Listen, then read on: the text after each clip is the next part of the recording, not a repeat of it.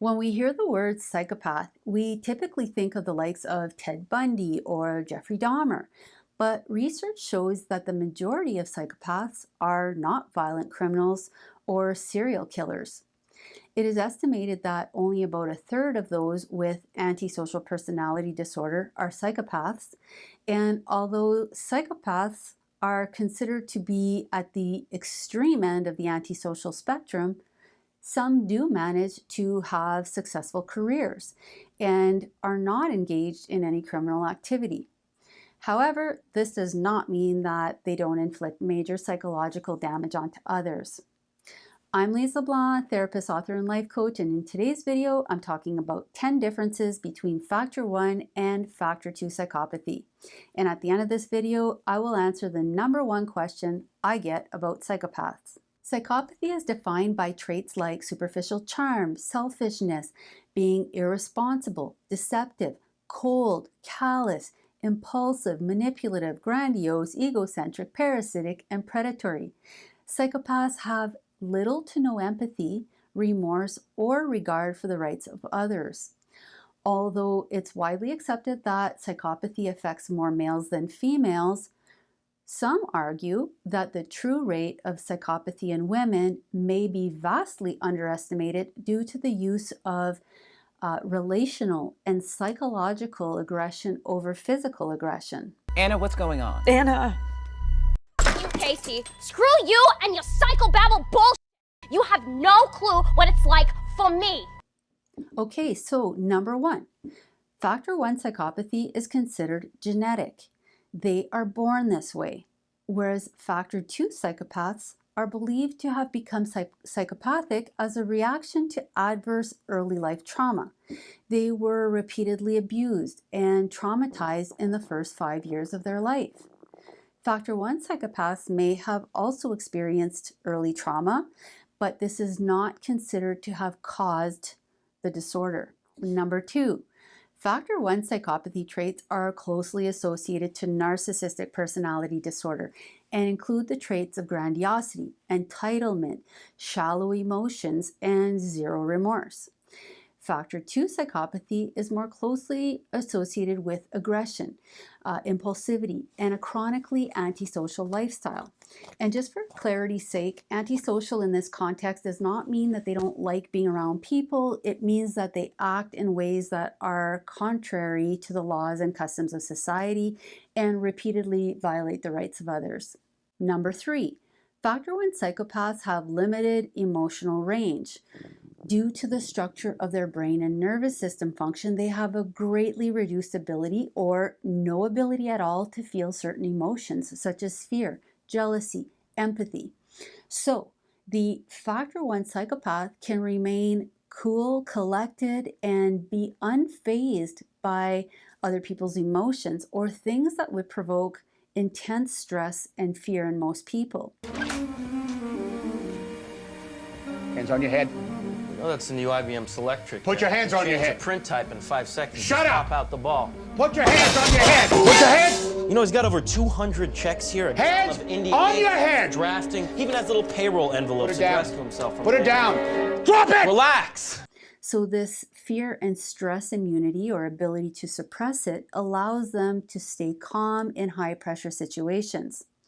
Factor 2 psychopaths generally have more ability to experience fear, stress, anxiety, and other negative emotions. They are much more emotionally reactive and unstable to the degree that borderline traits are considered highly prevalent in Factor 2 psychopathy. #4, both Factor 1 and Factor 2 psychopaths are hot-tempered.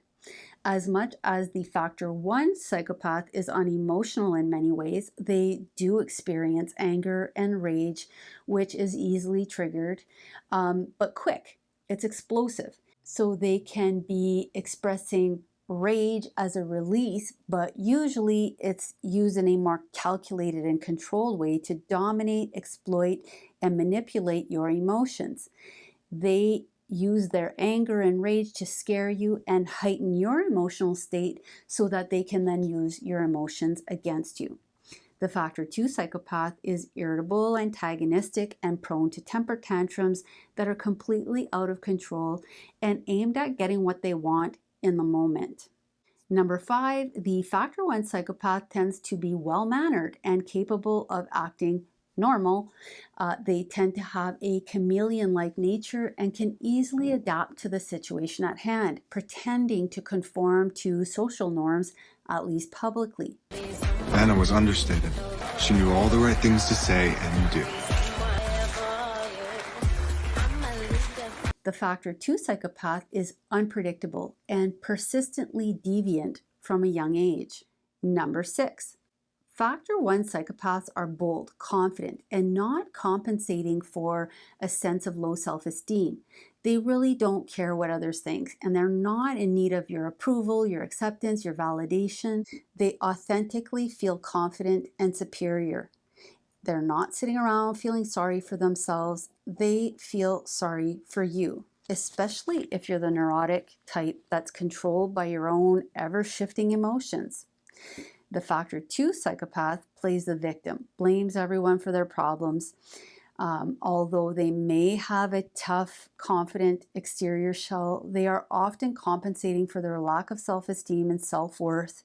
They suffer with feelings of loneliness, rejection, a desire to be loved and accepted. Number 7, psychopaths know right from wrong, and they have the ability to understand the consequences of their actions, which is why they hide what they're doing. The factor 1 psychopath may not be involved in anything criminal, but if they are much better able to fly under the radar and go undetected because they have the ability to plan ahead and conceal the harm that they inflict. The factor 2 psychopath doesn't seem to care about the consequences or even who's around to witness their bad behavior. Number 8, the factor 1 psychopath typically can act in pro-social ways, often to a degree of looking like a humanitarian or a hero. When it comes specifically to social skills, the factor 1 psychopath tends to display average to above average social skills. Where they really shine is in the department of fake flattery, saying whatever you want to hear, drowning you in attention, making you feel so important, so worthy, so valued. And they do this so that they can later feed off of you. They tend to be full of grand promises. You want to be an actor? They'll get you in touch with a Hollywood producer that they know. You have credit card debt? Don't worry, they'll take care of that for you. Whatever you need, they pretend they've got it. It all seems helpful and harmless until you bite.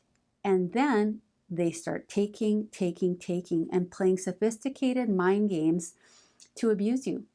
The factor 2 psychopath may also have some superficial charm, but they tend to be a lot less sophisticated in their methods and less socially successful. Number 9, all psychopaths are manipulative, cunning, and deceptive, but the factor 1 psychopath is a lot more rational, calculating, and intentional in the execution of their game plans. The factor 2 psychopath is driven by impulse with little ability to delay gratification. A factor 1 psychopath who is higher in impulse control can override their antisocial tendencies and positively adjust their behavior to fit any circumstance. For this reason, factor 1 psychopaths are much more likely to be found in boardrooms or heroic professions, while factor 2 psychopaths are more likely to be found in prisons, rehab centers, psychiatric hospitals. The factor 1 psychopath not only can maintain employment, but they tend to move up the corporate ladder very quickly as they have no qualms about doing whatever is needed to skillfully crush anyone or anything that gets in their way. Number 10, factor 1 psychopaths have little ability to bond with another human being. So whether you are their brother or the guy that sold them a hot dog on the street corner, it's all the same. They can't bond with either. This doesn't mean they don't have needs, but their relationships are superficial and strategic. Psychopaths see you only for what you have to give or what they can get from you. They objectify you. And when you are no longer of use to them, they can discard you in the most brutal ways imaginable. They are ruthless, callous, and to them, saying goodbye to you after a long relationship doesn't feel much different than saying goodbye to the cashier at the grocery store. They don't sit around missing you, crying, or ruminating. It's over, and they don't care.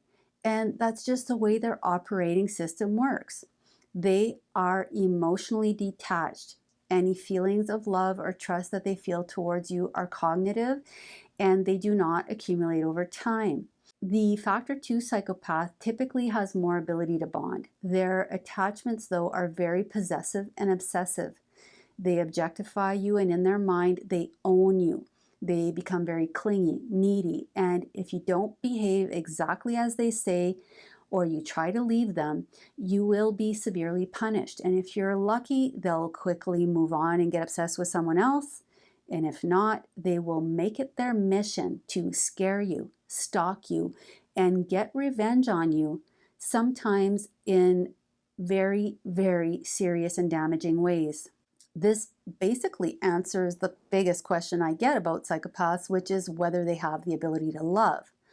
But to add to this a bit, psychopaths who are lower on the psychopathic spectrum may feel some level of love, but most only feel lust, excitement, and joy from the novelty of new supply.